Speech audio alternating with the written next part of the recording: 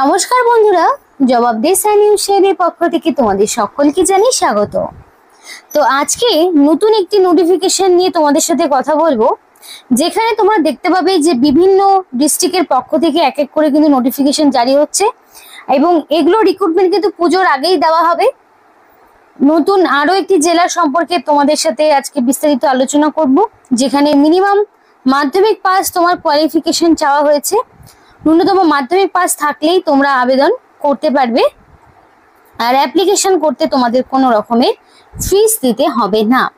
খুবই ভালো সুযোগ এবং 18 বছর মিনিমাম বয়স হতে হবে, তবেই কিন্তু তোমরা আবেদন করতে পারবে। তো এই ভিডিওর মাধ্যমে সেই সম্পূর্ণ নোটিফিকেশন আলোচনা করব। দুটো নোটিফিকেশন রয়েছে, দুটো নোটিফিকেশনই তোমাদেরকে দেখাবো। তো ডিটেলস বলার আগে তোমাদের প্রত্যেকের কাছে আমি একটাই রিকোয়েস্ট জানাবো যে যারা এখনো আমাদের এই চ্যানেলটিকে সাবস্ক্রাইব করোনি তারা ঝটপট চ্যানেলটিকে সাবস্ক্রাইব করে পাশে থাকা বেল আইকনটি ক্লিক করে দিও, যাতে করে পরবর্তী সমস্ত ইনফরমেশন পেয়ে যেতে পারো। তো চলো বন্ধুরা, দেরি না করে এবার অফিসিয়াল নোটিশ নিয়ে ডাইরেক্ট বিস্তারিত আলোচনা তোমাদের সাথে শুরু করব। তো এখানে দেখো বিভিন্ন জেলা থেকে কিন্তু অ্যাপ্লিকেশন করতে পারবে যদি তোমরা চাও। আলিপুরদুয়ার, দক্ষিণ দিনাজপুর, জলপাইগুড়ি, মালদা, পশ্চিম বর্ধমান, পুরুলিয়া, বাঁকুড়া, দার্জিলিং, ঝাড়গ্রাম, মুর্শিদাবাদ, পশ্চিম মেদিনীপুর, সাউথ 24 পরগনা, বীরভূম, হুগলি, কালিম্পং, নদিয়া, পূর্ব বর্ধমান, উত্তর দিনাজপুর, কোচবিহার, হাওড়া, কলকাতা, নর্থ 24 পরগনা, পূর্ব মেদিনীপুর। তাহলে এতগুলো ইনফরমেশন আছে, মানে এতগুলো জেলা থেকে অ্যাপ্লিকেশন করার সুযোগ রয়েছে। তো তোমরা অবশ্যই আমাদেরকে কমেন্ট করে জানাও যে এই 23টি জেলার মধ্যে তুমি এক্স্যাক্টলি কোন জেলা থেকে বিলং করছো। তাহলে সেই জেলা থেকে বের হওয়া যে বিডিও অফিস থেকে শুরু করে তোমাদের ব্লক অফিস বা পঞ্চায়েত বা আদার্স কোনো ইনফরমেশন যাই রয়েছে সেগুলো তোমাদের সামনে প্রেজেন্ট করার চেষ্টা করব, যাতে করে তোমরা অ্যাপ্লিকেশন করতে পারো। তো তুমি যে ব্লক অফিসের হয়ে অ্যাপ্লিকেশন করবে সেই ব্লক অফিসে তোমাকে এখানে মানে 18 তারিখ থেকে শুরু করে 6 তারিখ পর্যন্ত, মানে আগস্টের 6 তারিখ পর্যন্ত তোমাদের অ্যাপ্লিকেশন করার সুযোগ রয়েছে। তো সেই ব্লক অফিসে তোমাকে জমা করতে হবে। কোনো রকম ডাকযোগে বা মেলের মাধ্যমে তুমি যদি অ্যাপ্লিকেশন পাঠাও তাহলে সেই অ্যাপ্লিকেশন কিন্তু গ্রহণযোগ্য হবে না। তো নির্দিষ্ট যে বিডিও অফিস রয়েছে সেই বিডিও অফিসে গিয়ে তোমাকে অ্যাপ্লিকেশন ফর্ম জমা করে আসতে হবে 6 তারিখের মধ্যে। তো এখানে দেখো তোমাদের এবার সমস্ত নাম দিতে হবে, মানে অ্যাপ্লিকেশন ফর্মটি নিজের হাতে পূরণ করবে যাতে করে কোনো রকম ভুল ত্রুটি কিছু না ঘটে। তো ফার্স্ট অফ অল তোমাদের অ্যাপ্লিকেন্টের নাম থাকছে, তারপরে তোমরা চাইলে হাজবেন্ডের নাম, চাইলে তোমরা বাবার নাম দিতে পারো, কারণ এখানে বিবাহিত অবিবাহিত প্রত্যেকেই আবেদন করতে পারবে। তো বর্তমানে যিনি তোমার গার্জেন রয়েছেন তার নাম তোমাকে দিতে হবে।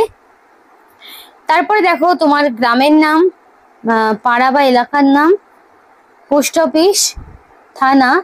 এখানে যেমন জেলা নদিয়া রয়েছে, এটা নদিয়া ডিস্ট্রিক্টের একটি নোটিফিকেশন, আরো একটি নোটিফিকেশন রয়েছে, তো সেরকম ভাবে জেলার নাম থাকবে।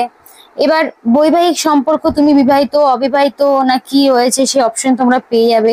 তারপর তোমাদের এখানে পরিষ্কার বলা রয়েছে যে যেই সাব সেন্টার বা যেই লোকেশনে তুমি অ্যাপ্লিকেশন করছো সেখান থেকে তোমার হাঁটা পথে দূরত্ব কত সেটা তোমাকে দিতে হবে। জন্মের তারিখ, ডে, মান্থ, ইয়ার হিসাবে এবং বয়স 18/7/2025 অনুযায়ী এক্স্যাক্টলি কত বছর কত মাস কত দিন সেটা তোমাকে দিতে হবে।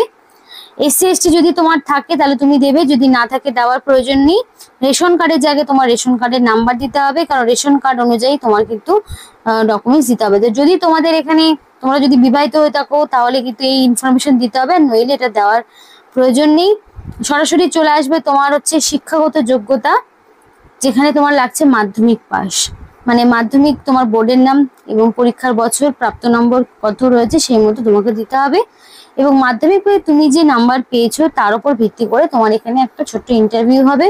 ইন্টারভিউর উপর ভিত্তি করে তোমাকে নিয়োগ করা হবে, যেখানে কোনো রকমের রিটেন টেস্ট দিতে হবে না, অর্থাৎ লিখিত পরীক্ষা নেই।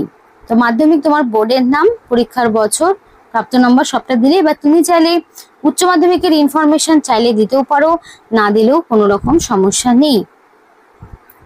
তো এর সঙ্গে কি কি লাগছে দেখো, রিসেন্ট মানে রিসেন্ট হচ্ছে কালার পাসপোর্ট সাইজের ছবি, 5 টাকা ডাক টিকিট সহ নিজ ঠিকানা, মাধ্যমিকের অ্যাডমিট কার্ড, তারপরে হচ্ছে তোমার মার্কশিট, মাধ্যমিকের মার্কশিট, সেটা তোমাকে দিতে হবে এবং সমস্ত ডকুমেন্টস গুলোকে সেলফ অ্যাটাস্টেড করবে। প্রত্যেকটি ডকুমেন্টস এর নিচে তোমার রানিং হ্যান্ড রাইটিং এ ফুল সিগনেচার থাকবে এবং এই অ্যাপ্লিকেশন ফর্মের সাথে সেগুলোকে অ্যাটাচ করে পাঠাবে। তারপর তোমার রেশন কার্ড কিংবা এপিক কার্ড তোমাকে দিতে হবে। এসসি এসটি যদি কিছু থাকে তাহলে দিতে পারো, না থাকলে দেওয়ার প্রয়োজন নেই। যদি তুমি স্বনির্ভর গোষ্ঠীর প্রকল্পের কোনো সঙ্গে যুক্ত থাকো তাহলে তুমি দেবে, না হলে দেওয়ার প্রয়োজন নেই। আরো একটি লোকেশনের নোটিফিকেশন নিয়ে আসলাম, যেখানে দেখো তোমার একইভাবে ফর্মটি পূরণ করতে হবে। তোমার নাম, পিতার নাম, যদি তোমার হাজবেন্ড থাকে মানে বিবাহিত হয়ে থাকো তাহলে হাজবেন্ডের নাম, স্থায়ী বসবাসের ঠিকানার জন্য আগেরটা যেরকম নদিয়া ডিস্ট্রিক্টের যারা ক্যান্ডিডেট রয়েছে তারাই আবেদন করতে পারবে, এটার ক্ষেত্রে যেমন প্রত্যেকে আবেদন করতে পারবে। তো ফার্স্ট অফ অল গ্রামের নাম, পোস্ট অফিস, থানা, জেলা, পিনকোড, তাহলে এক এক করে সমস্ত রকম অ্যাড্রেসটি তোমাকে বসাতে হবে। এবার আধার কার্ড ভোটার কার্ড দিয়ে দেখে নেবে যে এক্স্যাক্টলি কি অ্যাড্রেস রয়েছে, সেই অনুযায়ী তোমাকে কিন্তু দিতে হবে। পিনকোডের জায়গায় পিনকোড থাকবে। এবার মোবাইল নাম্বার অবশ্যই ভ্যালিড দেবে। বৈবাহিক সম্পর্ক কি রয়েছে, যদি এগুলোর মধ্যে তিনটের মধ্যে অপশন পেয়ে থাকো তাহলে তুমি দেবে, না থাকলে দেওয়ার দরকার নেই। জন্ম তারিখ বসাতে হবে এবং ডে মান্থ ইয়ার হিসেবে তোমার কত বছর, কত মাস, কত দিন হচ্ছে সেটা তোমাকে দিতে হবে, যে 18/7/2025 অনুযায়ী তোমার এক্স্যাক্টলি কত বছর, কত মাস, কত দিন হচ্ছে সেটাকে তোমাকে মেনশন করতে হবে। এবার তুমি কোন সাব সেন্টারের হয়ে অ্যাপ্লিকেশন করছো সেই সাব সেন্টারের নাম মেনশন করতে হবে, গ্রামের নাম মেনশন করতে হবে। তারপরে এবার শিক্ষাগত যোগ্যতা দেখো, প্রত্যেকটার ক্ষেত্রে মিনিমাম মাধ্যমিক পাস।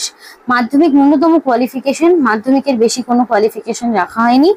যদি তোমার থাকে এখানে মিনিমাম মাধ্যমিক, এখানকার কোয়ালিফিকেশন থাকলেই হবে। যদি উচ্চ মাধ্যমিক বা গ্রাজুয়েশন থাকে সেক্ষেত্রে কোনো সমস্যা নেই। তো ফার্স্ট অফ অল তোমার থাকবে এখানে মাধ্যমিক কোন বোর্ডের আন্ডারে, কত সালে পাশ করেছো, মাধ্যমিকের প্রাপ্ত নম্বর, শতকরা, মন্তব্য। তারপরে ধরো উচ্চ মাধ্যমিক তুমি দিতে চাইলে দিতে পারো, এই একইভাবে ইনফরমেশন গুলো তোমাকে ইনপুট করতে হবে। এবার দেখো তোমাদের এখানে যদি তোমরা বিবাহিত বা বিধবা এই মানে ম্যারেজের যে ক্যাটাগরি রয়েছে সেগুলোর মধ্যে পড়ে থাকো তাহলে এগুলো তোমাকে দিতে হবে, নইলে দেওয়ার প্রয়োজন নেই। তারপর তোমাকে কিন্তু সরাসরি আধার কার্ডের নাম্বার চাওয়া হয়েছে, রেশন কার্ডের নাম্বার চাওয়া হয়েছে। যদি তুমি এসসি এসটি হয়ে থাকো তাহলে এসসি না এসটি সেটা তুমি দেবে। তারপর তুমি কোনো সদস্য মানে রয়েছে কিনা, কোনো গ্রেডের সদস্য রয়েছে কিনা, না থাকলে দেওয়ার প্রয়োজন নেই। লাস্টের দিকে এখানে একটা আবেদনকারী স্বাক্ষর এবং স্থান আর তারিখ দিয়ে এই অ্যাপ্লিকেশন ফর্মটি পূরণ করতে হবে এবং যাবতীয় সমস্ত রকম ডকুমেন্টস গুলোকে জেরক্স করবে, জেরক্স করে অ্যাপ্লিকেশন ফর্মের সাথে অ্যাটাচ করবে, করে নির্দিষ্ট ঠিকানায় তোমাকে পাঠাতে হবে। এখানে বিভিন্ন ধরনের ব্লক অফিসের পক্ষ থেকে নিয়োগ করা হচ্ছে, দেখতেই পাবে কতগুলো পঞ্চায়েতের থেকে তোমাদের নিয়োগ করা হচ্ছে। তো সেগুলো দেখে নেবো এবার আমরা এক এক করে। এটা কিন্তু হাঁসখালির একটি ব্লক, যেখানে কিন্তু বিভিন্ন রকম পঞ্চায়েত। এখানে দেখো তোমাদের এখানে দেখো বোঝা যাচ্ছে না, একটু আবছা রয়েছে। বেতনা গোবিন্দপুর বলে একটি জায়গা, বেতনা BETNA, তাহলে বেতনা গোবিন্দপুরের আরো একটি জায়গা, মানে সাবসেন্টার নাম বেতনা। তারপরে গোবিন্দপুর একটি জায়গা, তারপরে হচ্ছে গাজনা, যেখানে ফতেপুর বলে একটি জায়গা। এগুলো হচ্ছে সাব সেন্টার এবং এগুলো গ্রাম পঞ্চায়েত। এখানে ধরো 3টে গ্রাম পঞ্চায়েত পেলে তার আন্ডারে তোমাদের নিয়োগ করা হচ্ছে এবং সার্ভিসের এরিয়াগুলো সম্পূর্ণ দেওয়া রয়েছে, সম্পূর্ণ ঠিকানাও এখানে পরিষ্কার বলা রয়েছে যে কোন লোকেশনে তোমাদের যেতে হবে। এবার দেখো এখানকার কোয়ালিফিকেশন কি বলেছে। তো এখানকার কোয়ালিফিকেশন কিন্তু পরিষ্কার বলে দিয়েছে, মাধ্যমিক বা তার সমতুল্য পরীক্ষায় পাশ হতে হবে, তবেই কিন্তু তুমি আবেদন করতে পারবে। এবং মাধ্যমিক পরীক্ষা প্রাপ্ত নম্বরই এখানে ইন্টারভিউ এর সময় তোমার অ্যাড করা হবে, কোনো রকম হায়ার কোয়ালিফিকেশন থাকলেও এক্সট্রা কোনো বেনিফিট থাকবে না।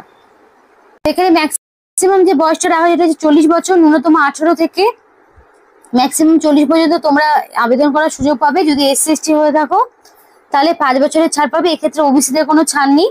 এসসি এসটি হলে পরে 18 থেকে 45 পর্যন্ত তোমরা এখানে নির্দ্বিধায় আবেদন করতে পারবে। এবং এই নোটিফিকেশন যেমন নদিয়া ডিস্ট্রিক্ট থেকে জারি হয়েছে এবং এই নোটিফিকেশনটাও তোমাদের নদিয়ার পক্ষ থেকে জারি হয়েছে, নদিয়া হাঁসখালি বলে একটি লোকেশনে। তোমাদের এখানে নোটিফিকেশনটা বেরিয়েছে 18 তারিখে, 18 তারিখ নোটিফিকেশন বেরিয়েছে। তো আজকে কিন্তু সম্পূর্ণ যে নতুন নোটিফিকেশনে কথা বললাম এবং এখানে যে ঠিকানা রয়েছে এই ঠিকানায় তোমাকে কিন্তু অ্যাপ্লিকেশন পাঠাতে হবে, মানে এখানকার যে উপস্বাস্থ্য কেন্দ্রগুলো রয়েছে সেখানে নিয়োগ করা হচ্ছে। তাহলে আজকে কিন্তু নদিয়া ডিস্ট্রিক্টের একটা ইনফরমেশন তোমাদের সাথে শেয়ার করলাম।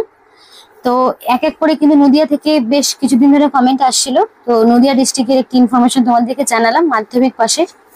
তো যদি তোমাদের এইরকম ভাবে আরো বিভিন্ন জেলার যারা ভিডিও দেখছো, তারা যদি তাদের জেলার বিভিন্ন রকম ইনফরমেশন পেতে চাও, অবশ্যই আমাদেরকে কমেন্ট করে জানাও, যাতে করে পরবর্তী আপডেটগুলো তুমি তোমার জেলার পেয়ে থাকো। তো এখানে আজকের মতো ভিডিওটি শেষ করছি। ভিডিওটি ভালো লাগলে অবশ্যই লাইক এবং চ্যানেলটিকে সাবস্ক্রাইব করো, আমাদের সাপোর্ট করো, আমাদের সাথে থেকো, পাশে থেকো। আর ভিডিওটি সম্পূর্ণ দেখার জন্য তোমাদের সকলকে জানাই অসংখ্য ধন্যবাদ।